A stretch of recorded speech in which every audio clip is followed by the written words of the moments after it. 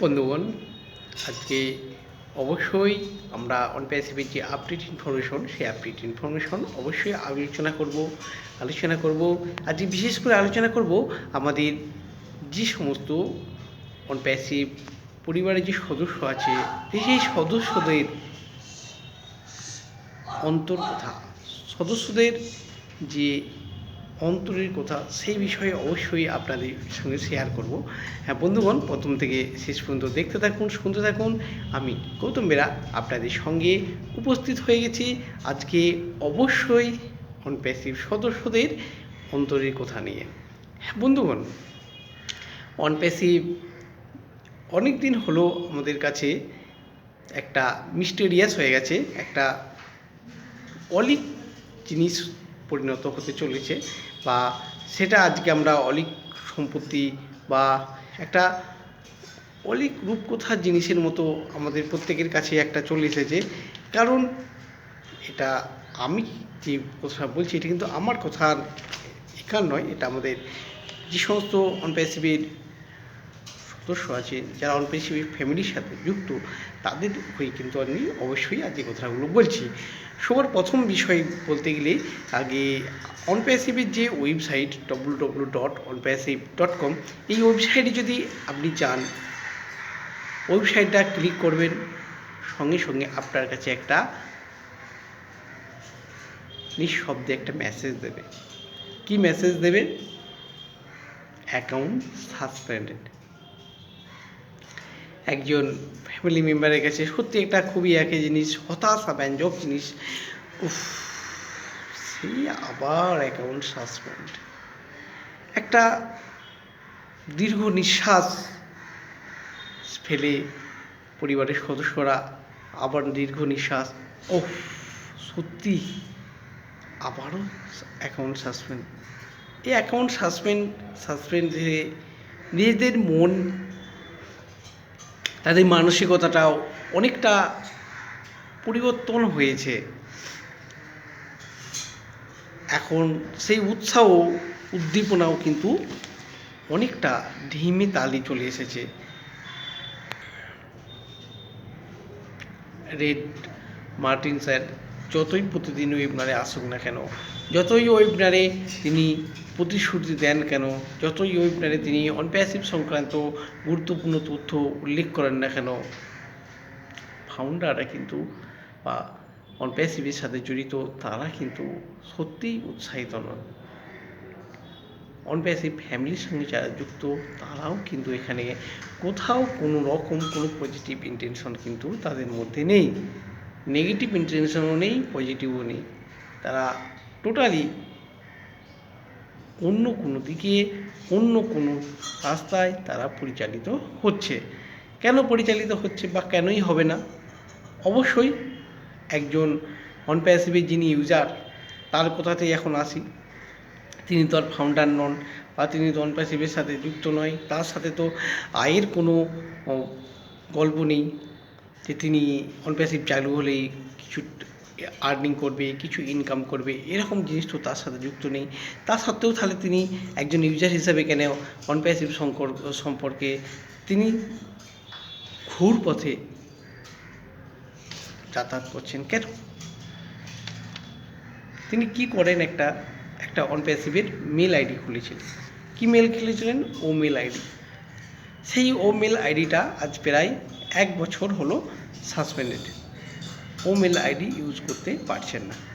তাহলে তার যে বক্তব্য যে আমি 1 বছর হয়ে গেল, এখনও ও মেল আইডিটা আমি ইউজই করতে পারলাম না, তাহলে ও মেল আমি কী করতে হ্যান্ডেল করব?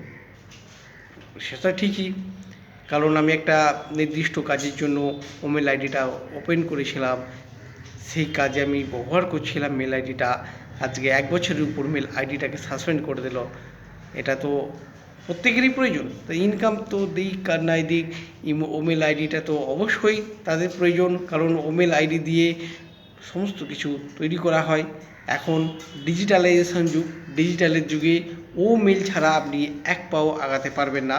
অতএব ও মেল আইডিটাও কিন্তু তারা ইউজ করতে পারছে না, সেক্ষেত্রে তারা সত্যিই অনপ্যাসিভ থেকে ক্রমশ দূরেই সরে যাচ্ছে।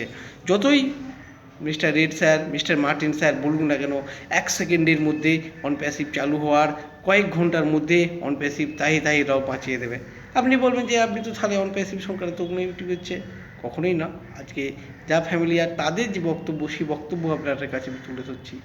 অবশ্যই তাদেরও তো একটা আছে যে একটা মেল আইডি, সেই মেল আইডিটাকে তারা যে ইউজ করছিল সেটা কিন্তু অলরেডি বন্ধ হয়ে গেছে। এখন প্রশ্ন হচ্ছে, যিনি মেল আইডিটা বন্ধ হয়েছে তিনি এই মেল আইডিটাকে দ্বিতীয়বার ইউজ করবেন কি না সেটা অবশ্যই সম্পূর্ণরূপে তার ব্যাপার, বা তিনি যে উদ্দেশ্য নিয়ে মেল আইডিটা খুলেছিলেন সেই উদ্দেশ্য যদি পূরণ হয়ে যাও, অবশ্যই তিনি মেল আইডি আগামী ক্ষেত্রে কি করবেন অবশ্যই তার পুরো সম্পূর্ণ ব্যাপার।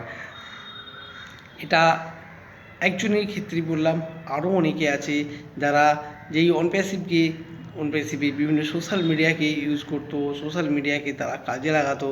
সোশ্যাল মিডিয়া একটা নির্দিষ্ট ছক তৈরি করেছিল, ছক বললে ভুল হবে। সোশ্যাল মিডিয়া নিয়ে তাদের অনপ্যাসিভের যে সোশ্যাল মিডিয়া, সেই সোশ্যাল মিডিয়া নিয়ে তাদের নিজেদের মধ্যে একটা আগামীর একটা যে বাণী, ভবিষ্যতে যে কিছু একটা হয়তো কিছু হতে পারে, কিছু করতে পারি, এইরকম একটা যে তাদের কাছে বাণী ছিল, সেই বাণীটা এখন কিন্তু কিছুটা নয়, পুরোপুরি ম্লান হয়ে গেছে। তারা সত্যি চাইছে না যে এইভাবে এত দিন আমরা কাজ করলাম, এতদিন আমরা অনপ্যাসিভের সোশ্যাল মিডিয়াকে ইউজ করলাম যাতে সোশ্যাল মিডিয়া থেকে আমরা কিছু আর্নিং পেতে পারি, সেই দিকেও তারা সচেষ্ট অ্যাজ ইউজার হিসাবে কিন্তু তারা এই কাজগুলি করেছিলেন।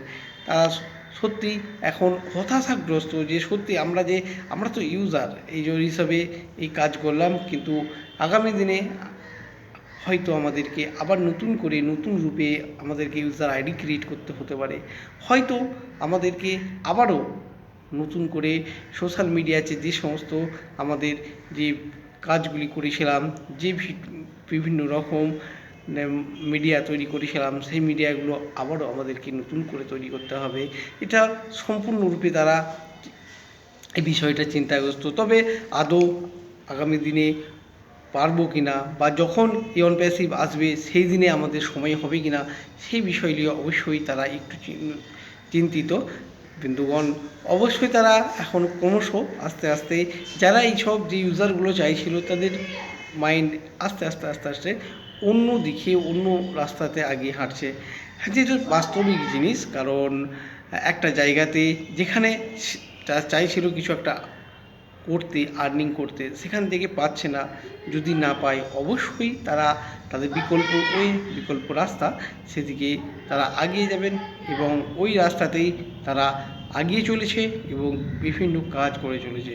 আপনি আজকে যদি অনপ্যাসিভের যে সমস্ত মেম্বাররা আছেন, যে সমস্ত ফাউন্ডাররা আছেন, তারা চেষ্টা করছেন, যারা ইউজার আছেন তারাও কিন্তু প্রতিনিয়ত দেখে যাচ্ছে যে কিভাবে আমরা অনপ্যাসিভ সংক্রান্ত তথ্য বা আমাদের এর যে সমস্ত এতদিন কর্মকাণ্ড করেছিলাম তাকে রিকভারি করা যায় কিনা।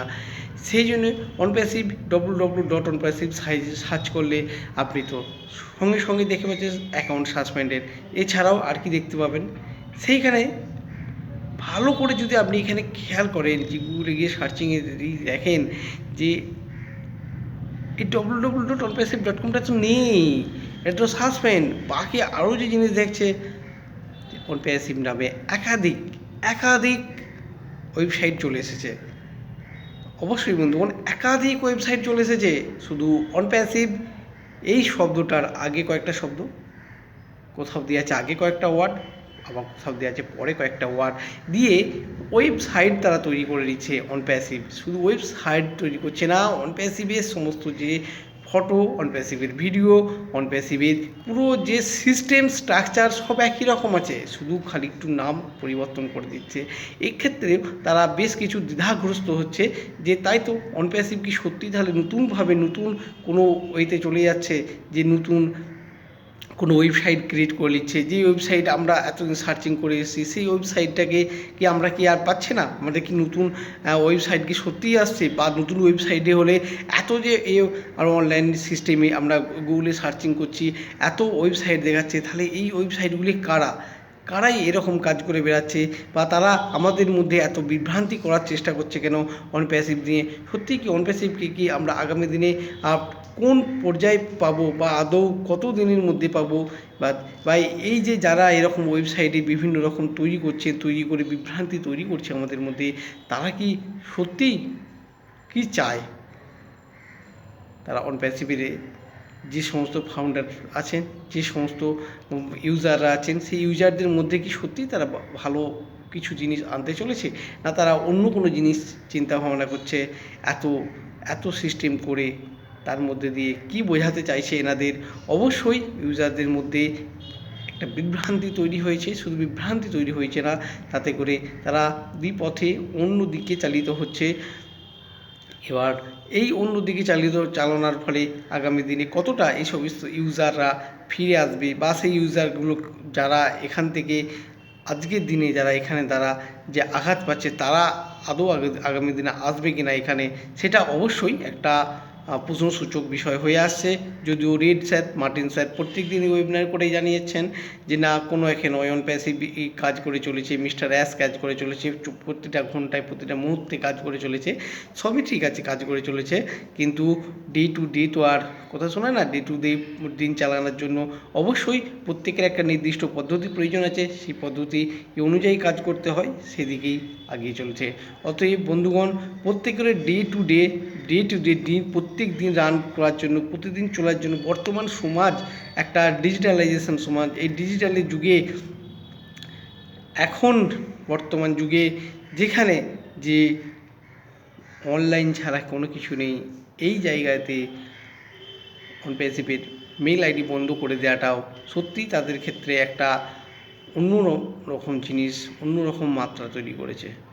অতএব বন্ধুগণ, আশা করি আমাদের মিস্টার সিও, অন প্যাসিভের CEO, on pessimist red sir, Martin sir যে প্রত্যেকের মধ্যে আশা সূচক জাগিয়ে রেখেছে, আশার আলো জাগিয়ে রেখেছে, সেই আশার আলো কতদিন সম্পূর্ণরূপে প্রকাশিত হয়, প্রত্যেকের কাছে তুলে উঠে আসে আলাইটটা, সেইটাই এখন আমাদের প্রত্যেকেরই দেখার সময়। আমাদের ধৈর্য ধরে মিস্টার অ্যাশকে আরও সময় দেওয়া, মিস্টার অ্যাশ যাতে অন প্যাসিভটাকে নতুন রূপে, নতুনভাবে প্রত্যেকের কাছে সাজিয়ে তুলতে পারেন। নমস্কার।